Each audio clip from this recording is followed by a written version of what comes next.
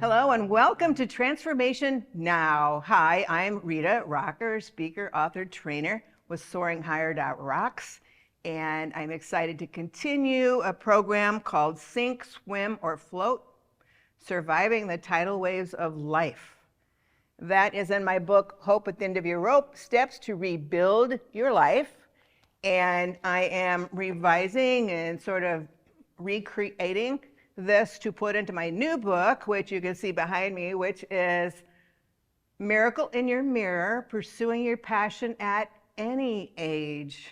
Whether you're a teenager, which I'll be talking to some groups soon at a high school on things like gender roles, how we respect, how we look at each other, fairness, all of that. And then also more mature people who maybe feel like their lives have gone by and are too old. I mean, sometimes people, they're only 40 and they're thinking, oh, life has passed me by, I can't get anywhere. No, that's not true. And so, or if you're 80, I talked to one lady once, I remember she was like late 70s, and I don't have anything I can give, I don't have anything to offer, I'm too old. And I said, no, you have so much to offer, you have so much life experience. You have been through so many things that you can help other people overcome. You can hang with them and help them with getting through a trial. You can give them a lot of tips, things that you've experienced that brought you through something. So it's like, I don't care how old you are, how young you are, you have experiences that you can help each other. And like I mentioned in the last program, I think people, young people and older people, should get together and communicate and help each other, bless each other, teach each other. There's so many things that we can share with each other and get out of our little world and go out into the big world where there's so much going on and really be there to bless and help each other. So when I finished last time, I was talking about energy. There's a thing called quantum physics. I'm very far from being a science nerd, so I only know a little bit about that. But everything is made up of energy. And one of the things that I had realized not really all that long ago was the energy that we project to other people. Okay, whether we're angry, whether we're sad, whether we feel love, whatever the case may be, whether we feel judgment against someone, there's an energy that we give off, and you can feel it. It goes several feet out actually from us or from someone else back to us. And so maybe you're in a great mood, you go to the office, boss comes in, or a coworker that's been kind of a problem, and it's like, oh man, energy just went down and it got really dark and really heavy. Or same thing can happen at home, or maybe you're a little bit down and out and somebody comes home and they're happy and they give you their positive, loving energy. So really think about all the time, what is the energy I'm giving off? Because sometimes I've thought, and I still have to work on it, oh my gosh, I just feel all, stressed out. And then that projects onto someone else, and I go, no, I can't do that. And so think about and watch when you talk to someone, they come in or you come in, and your whole energy switches, your mind switches, your attitude switches. It's like, what just happened here? And you start really understanding and paying attention to the effect someone's energy can have on you and vice versa. And it may be, you know what, ooh, I just need to stop. I need to take a deep breath, calm down, and then talk to them with the kind of energy that I should, that's confident, that's positive, that's caring. Energy is huge, okay? So we always have to think about that and really pay attention to our energy and their energy, and not let certain things affect us because of maybe the energy. Maybe they don't know how to do anything else but that. But we can read that energy, read their body signals, read their eyes, because somebody could say anything and say, oh yeah, that's fine. But there's anger in their eyes, their body's really stiff, they're turning away. No, you don't want to think, oh, that's fine, because it's not. And so that's part of energy too, is watch their body signals, watch the language that they're silently saying that's not even coming out of their mouth. Because as I've shared many times, 55% of our communication skills is non-verbal. How we sit, stand, walk, what we're doing with our hands, what we do with our body. the distance or closeness that we have with someone. Okay, everything like that. 55% is nonverbal. 38%, again, is the quality of our voice, which is our expression, our pitch, and our tone. If it's a negative tone of voice, people pick up on that. Even no matter how nice something is said, they might pick up on that. So think about that. The pitch, if it's a real high squeaky pitch, usually that says, oh, I'm nervous, I'm scared. It usually comes from women more than men, for sure. And so it's like, oh, you're very ineffective. Listen to you. You're like a high-pitched squeaky mouse, something like that. So many of the commercials on TV for years have been male voices because the lower pitch, which gives you more credibility. So think about that as well. And then, this sounds so crazy to me, but I've heard it from one study after another that basically it's only 7% of the words that we use is our communication skills. It's more like what we're doing with our bodies and then how we say something. Now, obviously with text messages and with emails, written correspondence, you don't get a lot of that. You don't see that person, but we can still give that off. You know, I've always read a million times, do not put sentences in all capital letters because you're screaming at them. Now, sometimes I will capitalize one word if it's something I want to emphasize, but that would be it.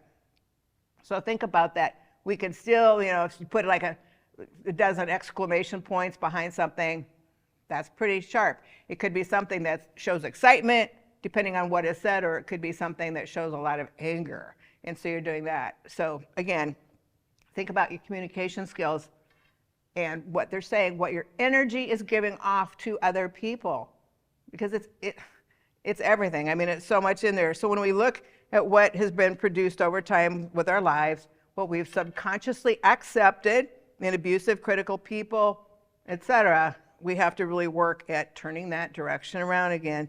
So think about this. This is really important. Over time, did our negative relationships provide any kind of physical, spiritual, or emotional nourishment that fed us with love or support?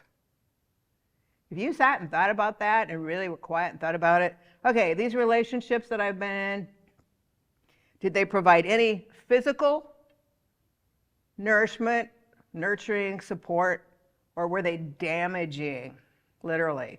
I mean, they could, you know, I've gone through all kinds of domestic violence of every stinky kind you could think of. But think about this really, did that do anything that would be nurturing, that would be good? If not, okay, out. Spiritually, did it build me up? Did it make me bad at God? What has it done spiritually for me? Positive or negative? And think of emotionally. Emotions, I mean, we all have so many emotions in us. And they talk about even when you're talking on a stage or you're trying to sell something, it's not so much, oh, I'm trying to sell something. It's more like, how are they reacting to it? And a lot of times it's hitting the emotions, because I've read that even if you're talking to an executive who's really hardcore, very rational, very numbers oriented, and you're thinking, well, they want the statistics, they want all the facts. They're not warm and fuzzy. And yet, studies have shown that there's still an emotional spot in there, there's still a heart in there. And a lot of times they could be reached through something that is said that will still, even though maybe they won't show it on their face, hit their heart, penetrated their heart. So always think about the heart and the emotions of other people and what this is doing. They might be acting kind of really obstinate. It's like, what's behind it? They keep behaving this way. Well, why is that? Were they rejected? Were they abused? Did they go through a lot of things in their life? And so they don't really even know how to respond. They're so afraid of being rejected again that they're going to snap, or they're going to disassociate. That happens a lot. They get into a mode of avoidance. No, I don't want this. I don't want to risk this person leaving me or hurting me, so I'm going to avoid anything that would cause me to draw too close to that person or have that person be drawn too close to me. And so there's all kinds of things like that that people are dealing with, that they're going through, if you know what it is and you can talk to, a lot of times we just need to talk to people. We just need to show some kindness. We just need to show some understanding instead of taking offense. Is really, well, what could I do? Do I just need to give them some sincere compliments? Sometimes that's all they need, is just to be built up a little bit because maybe they've been ridiculed so much in their lives.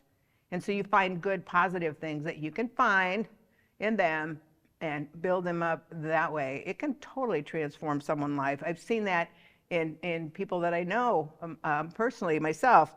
And so researchers believe, again, like I said, that if there's anything negative that was done even in the womb, like I mentioned last time, that it could actually affect someone after they're born, things that actually happened to them before they were born. That's hard to wrap the brain around, like, well, how could that be? But it has been scientifically proven when people have gone back into certain counseling and things like that, that they knew they weren't wanted. They were so familiar with arguments and fighting and things like that because that's what was happening, and they could somehow sense that in their spirit because they're inside someone else's spirit, so to speak. So think about that too. And think about that because, again, more scientific studies have shown that things that are negative, that are hurtful, that are painful can actually affect the cells in our bodies and just our physical bodies. It could actually do that. And so a lot of times things like neurological diseases and fibromyalgia, cancer, all kinds of things have happened to people because of the angst, the anger, the agony, the hurtful things that have literally, they said, could tear somebody's body down and make them sick because they've dwelled on it to the point where it actually somehow physically changes the cells in their body. So you want to think about that as well. And think about really unconstructive, self-fulfilling prophecies have no place in your life. So no matter what anybody has said or done, it's like, no, that can't affect me anymore. So I like the term no-fly zone. I've heard this from a church talking about a lot of things right now as we pray for God to protect us during this time. And I think the same thing with our lives. It's a no-fly zone, okay? We can't let those things fly over us and damage us and affect us. No-fly zone. Thoughts, you can't keep going in here. It's a no-fly zone. Out. And we have to push them out, but we can do that. You can do that. And so if you're floundering below water, reflect back on your life to carefully determine when the heaviness or defeating behavior began to pull you under. It could be any age. It could be in the womb. It could be 5 years old. It could be something that happened in grade school, junior high, high school. I remember when I was in second grade and the teacher would have us, and we were in math at the time, and the teacher would have us maybe read a problem that was written out and talk about it. So for some reason, I don't know why, the word add, like adding something, I kept saying and.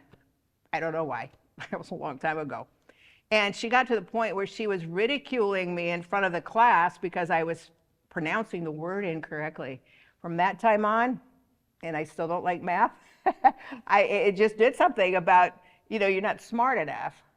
And then I had a teacher in third grade who, for some reason, I was quiet, I was shy, didn't like me, and made it kind of clear. And one day, even my dad sat in the back of the room. I was like, what's going on? But then those national scholastic aptitude tests that were national, I got a 97 nationally on it. And from then on, she switched her behavior towards me around and quit treating me like I was a dummy or something. I don't even remember what it was. And so again, things like that maybe a teacher doesn't even realize, a parent, someone else doesn't even realize, can make a huge difference in how we go forward. Unfortunately, with social media the way it is, it has a lot of times a very negative impact on other people if they're ridiculed and made fun of. So we have to think of how we're affecting other people. And one of the things that I'll be dealing with high school students on too, with the gender roles, is even on bullying. And a lot of times the bullies are ones that actually are hurting. They feel badly. And so they're taking their angst, their anger their feelings of failure out on other people so they can make themselves look better, okay? So they can feel stronger and better. And so think about that too, that nobody has the right to do that. And a lot of times it's the bullies, once they get put in their place, maybe they just get shown some love and appreciation because of what they've gone through, they can totally transform their lives as well, because there's a reason why they're that way. So was it something a parent, teacher, or other significant person said to you or did to you? How did that experience impact you and your circumstances? And so a lot of times if you go into counseling, it doesn't matter if it's Christian counseling or other psychology programs, they want to try to take you back to the point where it stops. You know, you can think about, okay, from here, what happened the most recently? How did that affect you? But then it's like, okay, but you have to go back farther. And you go back and you go back and you go back. And every time it's taken me to the same situation. And so a lot of times you find out what happened, how it impacted you. And, you know, first of all, one of the things, some of you might not agree with this or not, but when I was going through some help to try to figure out why I always felt unworthy, undeserving, what I had to do when I was on the bus feeling like I was a failure and like I wasn't worth a horse race and everything else was more important to my dad than me, was I literally pictured Jesus sitting beside me, okay? And it came to me that he sat beside me, he had his arm around me, and he was comforting me and like telling me how much he loved me and how important I was to him. And that was life transforming, because it was like, oh my gosh, you know, here I thought I was nothing, and he was there with me all the time. And that's the, you know, and Father was there with me all the time. And so that was really life transforming. He's with you all the time, no matter what you're going through, no matter what you're doing, okay? So think about that. That is critically important in doing that. But it really helped to change my view of myself and my worthiness, because I knew that I wasn't just alone, so to speak. And so you want to think about that. So how did those experiences impact you and your circumstances? You know, it can be different. My best friend that I've known for over 40 years, she grew up on a farm, and she heard her dad tell her grandfather one time that she was as worthless as lipstick on a hog. That probably would have affected me a lot more than her, but she thought, no, I'm not receiving that. And she never let herself receive that. She always had more self-respect than I did, because she didn't let that affect her. And so there again, words, let them bounce off. Don't let them penetrate into your soul, into your spirit. And so think about, though, what happened to cause your outlook and your behaviors to shift, because those are the ones that have to shift back to your value and your worth. So if you take the actions to heart, that's what's going to happen. It will shift us in a negative direction, and we turn it around by knowing whose we are, our value, our worth, and we go for it. We go for life. We go forward. So think about that. And so, again, she just dismissed that. So think about that no one's words have the right to determine the rest of our life, to determine our future. They really don't. If we allow them to, they will. But two of the strongest words that I've realized lately that are making an impact are the words allow and choices. Because if we allow something to penetrate our spirit, we allow what they said to have a negative effect on us, it will. But if we don't allow it, say, no, you're not coming in here. No, you're not messing with my mind. You're not messing with my life. You're not messing with my family. You know, sometimes we kind of have to be a mean mama or a papa bear. And it's go, no, you're not doing that to me. You're not doing that to my family, or whatever the case may be. So what are we allowing? I know a lot of times we can't get out of a mess. At least, you know, I remember going through so much abuse, and it was like, I couldn't just hop out of it. But I got to the point where, no, I kind of have to get away from it. A lot of it is in the mind, it's in the heart, and what we're worthy. And then the choices that we make. If I'm not going to allow this to affect my life anymore, then what choices do I need to make to get out of this situation? So the words allow and choice are critically important in where we're going to go in life, how we're steered, in what direction. So think about that and get to where you're not floating, or excuse me, so you're not, drowning underneath. Because a lot of times right now, I know a lot of people, and I've been dealing with stuff too, and it's like I'm drowning. Could be I'm drowning in debt, I'm drowning in sorrow, I'm drowning in loneliness, I'm drowning in all these things. Choices. What are we allowing? What can we do to go forward? And for me, I pray about it a lot, okay? And get direction for life. But, by the time I was 27, I went through 2 divorces by then. I'm not happy about my past and went through a lot of a sick abuse, drugs, alcohol, the whole thing. And, I spent 3 years being physically abused in every way, and verbally, and in poverty, perversion, great fear. And then, like I said here, my body, mind, and self-esteem could not tolerate any more destruction. And there were occasions where I didn't even know where my next meal was coming from, truly. And so at times I literally feared for my life and my safety. And then I lost my son when he was 7 because I was kind of screwy, and his stepmom made sure that he never had anything to do with me. And, God has miraculously, after many years, I missed from the time he was 7 until he was like 22 and out of the Marines. I missed his life pretty much, but God miraculously restored our relationship on a trip that he provided out to California, and a miraculous reuniting with my son. And it's such a blessing. I'm so proud of him and what he's done to give his life to his country, all of his adult life. And it's just amazing, because I remember sometimes I'd walk down a store, a department store, whatever, and I'd have tears start rolling down my cheeks, missing him and wondering what he was doing and what was happening, and feeling angry with myself. And then I'd say, Lord, if I never see this child again on earth, I plan on seeing him for eternity in heaven, and I meant it. And that kept me going until the Lord really miraculously reunited us. And so never give up hope. I know a lot of people right now who they had one child, adult child, turn their back on them.